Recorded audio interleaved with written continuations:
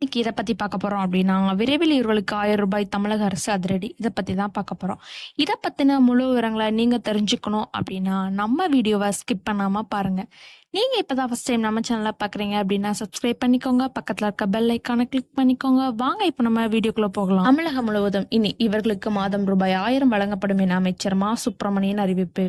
காசநோய் பாதித்தவருக்கு ஊட்டச்சத்து உதவித்தொகை இந்த மாதம் முதல் ரூபாய் 1000 வழங்க உள்ளதாக மக்கள் நல்வாழ்வுத்துறை அமைச்சர் மா சுப்பிரமணியன் கூறியுள்ளார். காசநோயால் பாதிக்கப்பட்டவர்கள் ஊட்டச்சத்து குறைவான பொருட்களை சாப்பிட்றதுனால அவங்களுக்கு நோய் இன்னும் சிவியர் ஆகுது அப்படின்றதுனால ஊட்டச்சத்து உள்ள பொருட்களை அவங்க வாங்கி சாப்பிடணும் அப்படிங்கிறதுக்காண்டி மாநில அரசு என்ன சொல்லியிருக்கு அப்படின்னா, காசநோயால் பாதிக்கப்பட்டவருக்கு அதிலிருந்து விடுபட மாநில அரசு ரூபாய் 500 ஊட்டச்சத்து உதவித்தொகையாக வழங்கி வந்தது. இந்த தொகை இந்த மாதம் முதல் 2 மடங்காக உயர்த்தி ரூபாய் 1000 வழங்கப்பட உள்ளதாக மக்கள் நல்வாழ்வுத்துறை அமைச்சர் மா சுப்பிரமணியன் கூறியுள்ளார்.